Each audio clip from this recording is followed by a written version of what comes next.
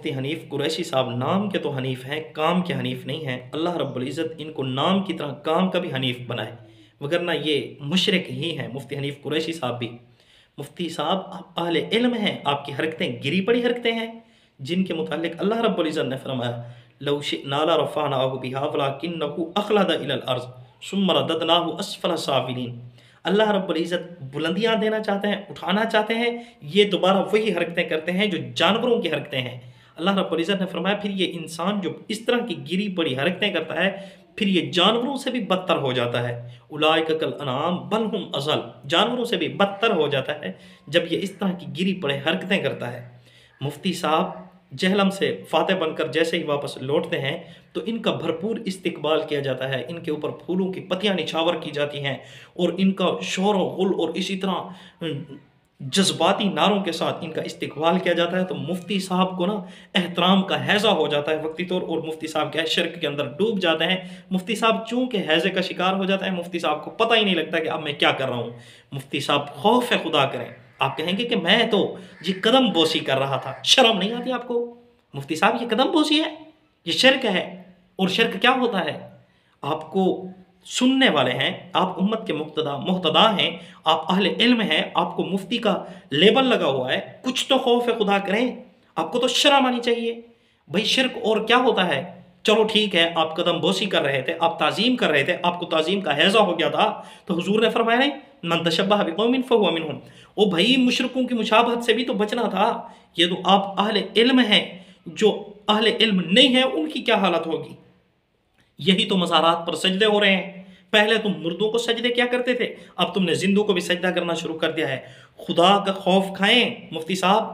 جناب نبی کریم صلی اللہ علیہ وآلہ وسلم کو دیہاتی صحابہ کرام نے یہی عرض کی تھی کہ یا رسول اللہ ہم آپ کو سجدہ کرنا چاہتے ہیں، حضور نے فرمایا کوئی ضرورت نہیں۔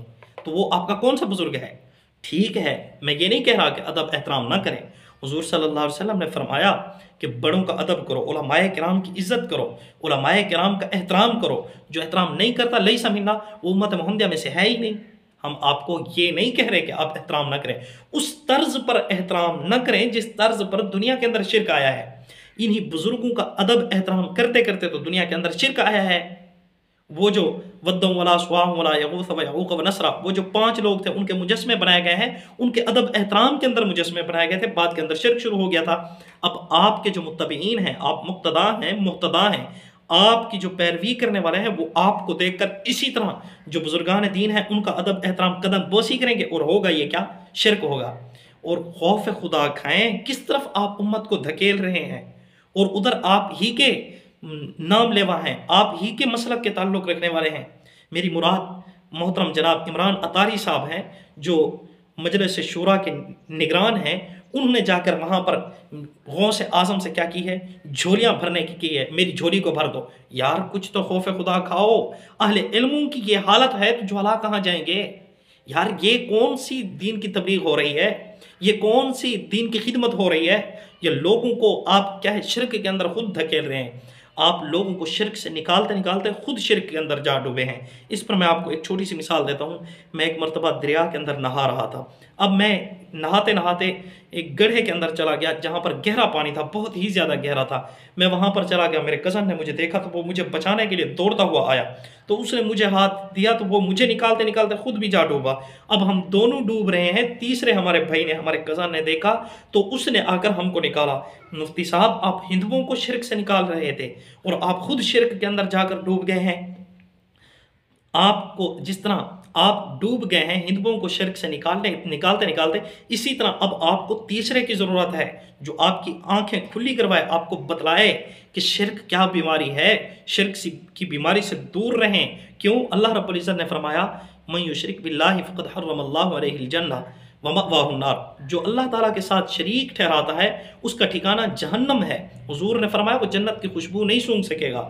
اللہ نے فرمایا سب گناہوں کو معاف کر دوں گا، ان اللہ لا یغفر ان یشرک بہ ویغفر ما دون ذلک لمن یشاء، لیکن شرک کو معاف نہیں کروں گا۔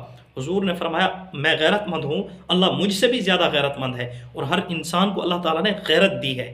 بھئی جس طرح ہم اپنی غیرت کے اندر کسی شریک کو برداشت نہیں کرتے، وہ شریک باپ ہو، وہ شریک بھائی ہو، ہم اپنی غیرت کے اندر برداشت نہیں کرتے، باقی ہماری بیوی اگر کوئی نقصان کرتی ہے، ہمارا بر وقت کہنا نہیں مانتی، تو ہم اس کو رفع دفع کرتے ہیں، اس کو نظر انداز کر دیتے ہیں، اس پر کیا کر لیتے ہیں؟ صبر کر لیتے ہیں۔ لیکن جب دیکھتے ہیں کہ وہی بیوی جس کے لیے ہم سب کچھ کما کر لا رہے ہیں، جس کے لیے ہم سردی گرمی سہ رہے ہیں، وہ بیوی اگر ہماری نافرمانی کرتے تو ہم برداشت کر جاتے ہیں، لیکن جب وہ کسی کو شریک ٹھہراتی ہے نا، ہمارا مطلب ہمارا باپ کیوں نہ ہو، بھائی کیوں نہ ہو، کسی کے ساتھ ہمیں نظر آ جاتے ہیں تو ہم چھوڑتے نہیں ہیں، معاف نہیں کرتے، ہم کہتے ہیں اب آپ تشریف لے جاؤ، میرے تو قابل ہی نہیں رہی، تو اس طرح کی عورت ہے۔ تو میں آپ سے عرض کر رہا ہوں، اسی طرح اللہ رب العزت ہمارے ہر گناہوں کو برداشت کرتے ہیں، وہ سود کا گناہ ہو، زنا کا گناہ ہو، یا اسی طرح جوئے کا گناہ ہو، شراب کا گناہ ہو، کوئی گناہ ہو، قتل کا گناہ ہو، اللہ سب معاف کر دیتے ہیں، لیکن شرک کو اللہ رب العزت برداشت نہیں کرتے۔ اللہ غیرت مند ہے، یہی وجہ ہے، شرک کی وجہ سے تو نبی کے بیٹے کو بھی اللہ نے برداشت نہیں کیا۔ حضرت نوح علیہ السلام کی گود کے اندر پلنے والا بیٹا حضرت نوح علیہ السلام کا، اللہ رب العزت نے فرمایا انہ لیس من اہلک، وہ تیرے اہل میں سے ہی نہیں ہے، اس کو نکال دو، جو میرا نہیں وہ تیرا ہی نہیں ہے، حضرت نوح علیہ السلام کو فرمایا۔ اور کیا ہے، مشرک کی گود کے اندر پلنے والا حضرت ابراہیم علیہ السلام مشرک نہیں تھے، تو اللہ رب العزت نے ان کو کیا ہے، نبیوں کا باپ بنا دیا، ابو الانبیاء ہیں حضرت ابراہیم علیہ السلام۔ تو مفتی صاحب کچھ تو خوف خدا کریں، کیوں آپ شرک کے اندر ڈوب رہے ہیں؟ یہ احترام نہیں ہے۔ میں آپ کو یہ نہیں کہتا کہ آپ ادب احترام نہ کریں، آپ احترام کریں، قدم بوسی بھی کریں، لیکن اس طرز پر قدم بوسی نہ کریں جس طرح غیر اللہ کو سجدہ کرتے ہوئے آپ نظر آئیں۔ حضور نے فرمایا اگر میں اجازت دیتا تو گھر والی کو کہتا کہ اپنے خامد کو سجدہ کر۔ مفتی صاحب خوف خدا کھائیں، کس طرح آپ امت کو شرک کی طرف دھکیل رہے ہیں۔ مفتی صاحب خود بھی شرک سے نکلیں اور امت کو بھی شرک سے نکالیں، لہٰذا شرک کو اللہ رب العزت نے معاف نہیں کرنا، اس شرک والی بیماری سے نکلیں۔ یہ شرک ہے، جس طرح آپ اپنے استاذ ہے یا آپ کا بڑا ہے، آپ اس کی قدم بوسی کر رہے ہیں، تو یہ شرک تو ہے۔ اب آپ امت کے، اللہ رب العزت نے یہی تو فرمایا، اللہ رب العزت نے فرمایا لو شئنا لرفعناه بها ولكنه اخلد الى الارض۔ اللہ رب العزت مفتی صاحب آپ کو بلندیاں دینا چاہتے تھے، آپ مسئلہ کے بریلویت کے ترجمان بن کر گئے تھے، لیکن آپ نے گیری پڑی حرکت کی ہے، جس کو اللہ رب العزت فرماتے ہیں ثم رددناه اسفل سافلین۔ تو کیا ضرورت ہے؟ اب آپ بتلائیں، دنیا یہی نہیں سمجھے گی کہ جو مسئلہ کے بریلویت والے ہیں یا اہل سنت والے ہیں وہ جی ادب ہی ایسا کرتے ہیں، لہٰذا ہم بھی ایسا ادب کرتے ہیں۔ وہ بھائی آپ امام صاحب، امام اعظم ابو حنیفہ نعمان بن ثابت رحمۃ اللہ علیہ کو فالو کرنے والے ہیں، میں بھی انہی کو فالو کرنے والا ہوں۔ وہ کیا فرماتے ہیں؟ مفتی صاحب آپ حنفی بھی ہیں، آپ حنیف نہیں ہیں، نام تو آپ کا حنیف ہے، کام کے حنیف نہیں ہے، آپ مشرک ہیں، کاش کہ آپ موحد ہوتے۔ امام صاحب فرماتے ہیں کسی ایسی مجلس کے اندر بھی نہ جاؤ جس مجلس سے امت کو یا اسی طرح نوجوانوں کو یا اسی طرح کسی کو غلط امپریشن جاتا ہے، غلط تاثر جاتا ہے، تو آپ اس مجلس کو اٹینڈ نہ کرو، اس شادی کو اٹینڈ نہ کرو، اس محفل کو اٹینڈ نہ کرو، یہ امام صاحب فرماتے ہیں۔ اور مفتی صاحب آپ تو خود سجدہ کر رہے ہیں، تو آپ بتلائیں یہ جو ینگ پیپل ہیں ان کو کیا امپریشن جائے گا، اور اسی طرح ینگ مین جو ہے، نوجوان ہیں، نیو جنریشن ہے، اس کو کیا میسج دے رہے ہیں آپ؟ لہٰذا بچیں شرک سے، خود بھی شرک سے بچیں، دوسروں کو بھی شرک سے بچائیں۔ مفتی صاحب یہ شرک نہیں تو پھر شرک دنیا کے اندر ہے ہی نہیں۔ پھر وہ ہندو بھی دیکھیں سمجھدار ہیں، ہندوؤں کے اندر انجینئر بھی ہیں، ہندوؤں کے اندر سائنسدان بھی ہیں، لیکن اس کے باوجود وہ گائے کا پیشاب پیتے ہیں۔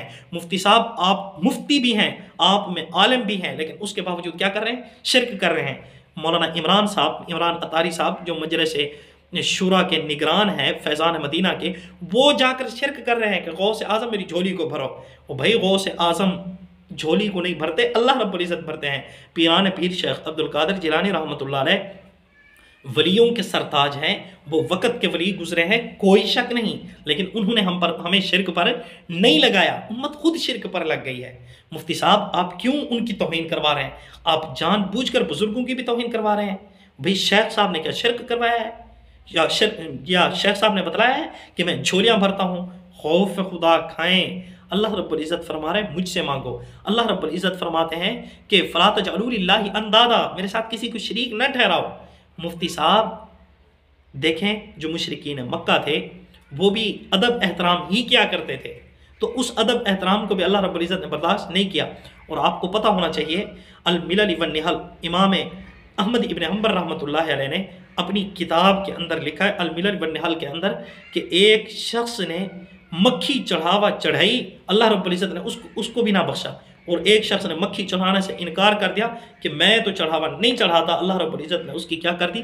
بخشش کر دی۔ الملل والنہال کی حدیث کی کتاب ہے، معتبر اور سند کے ساتھ ہے، آپ مطالعہ تو کریں، لہٰذا شرک سے نکلیں، خود بھی نکلیں، امت کو بھی شرک سے نکالیں۔ جزاکم اللہ احسن الجزا۔ باقی میں آپ سے کوئی حسد نہیں کرتا، مجھے آپ سے کوئی گلا شکوہ نہیں ہے، صرف یہی ہے کہ آپ امت کو غلط امپریشن دے رہے ہیں، آپ امت کو غلط تاثر دے رہے ہیں، آپ خود غلط راستے پر چل رہے ہیں۔ لہٰذا مفتی صاحب واپس آ جائیں، لوٹ آئیں، شرک کی بیماری سے نکل آئیں۔ یہ ایسی بیماری ہے جو انسان کو تباہ کر کے رکھ دیتی ہے۔ اس بیماری کے اندر مبتلا شخص جو ہو وہ شخص جنت کے اندر نہیں جا سکتا۔ تو لہٰذا خوف خدا کھائیں، اللہ رب العزت کے قرآن پر نظر جمائیں اور شرک سے اپنے آپ کو بچائیں۔ جزاکم اللہ احسن الجزا۔